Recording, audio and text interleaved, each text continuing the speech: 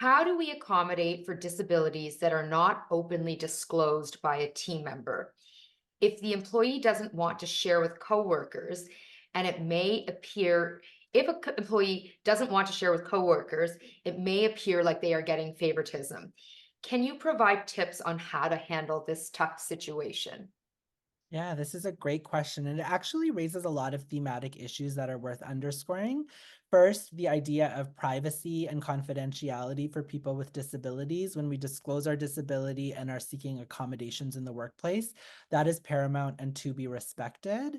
I think also it's this notion of thinking about your role as a leader is not just to comply with policies and give people access to opportunities.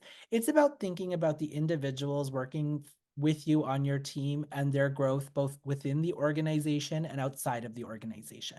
So what I mean by this is when you're working with someone who's brought this forward to you, think about less of like um what are things I should do to comply with the policy? Think about more of how can I be a partner with you in making sure that you can do your best work here, that you feel alive and electric every single moment in doing your best work at this organization, that barriers are removed for you, not to just to do your job, but to realize your expansive dreams. So I always tell leaders, if you think about it in this language, you're less likely to be focused on compliance and you're more likely to be focused on collaboration with this employee. Now, that shift to a collaboration mindset also signals to the employee that you're someone that can be trusted.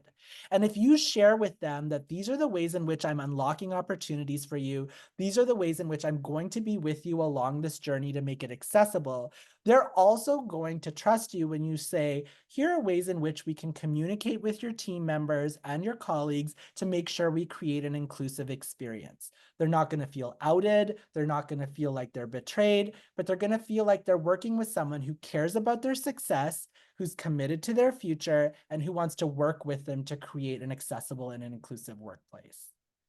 I'm thinking, as you're speaking, I'm going back to the social model of disability Yeah, and how when we are highly structured and rules based and formulaic and rigid around compliance and uh, legal mandates, this is when it comes across as being sterile, as yeah, opposed to creating that culture of, you mentioned collaboration.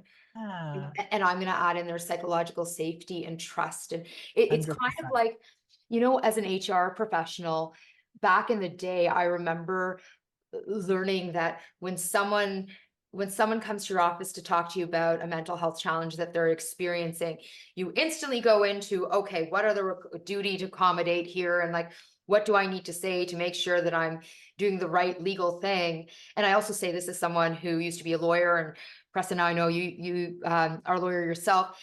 And then we put on our legal hat or compliance hat or the structure hat, the rigidity hat, as opposed to, let me just pause here and like Yeah. to be a human. Like, let me be a human first and say something that acknowledges you and the humanity of you.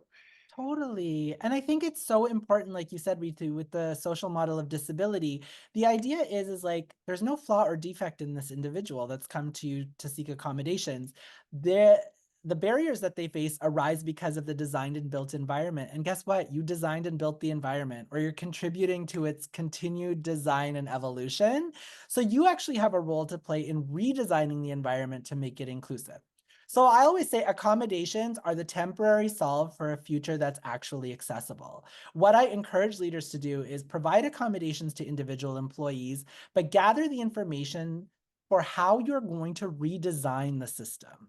This is information that's allowing you to imagine an accessible and inclusive future. And so often the two are divorced. Accommodations exist in a compliance box, whereas we need them to exist in a systems redesign box. I get this information, it's telling me about this employee's individual experience, but what lessons can I glean from this experience to redesign the workplace in the world so that it removes barriers and people are included? Like I said, 75% of us are going to experience disability at some point in our lives. So this isn't an ethereal concept. You're doing something that you're likely going to directly benefit from. And I hate speaking to self-interest because I feel like we are bigger than that. But I also think it's really vital for people to understand that this is not something that you're likely not to gonna intersect with at some point in your life. You're going to leverage these programs. You're gonna need to navigate in accessible systems. So how about we get about the work of designing those systems in an inclusive way?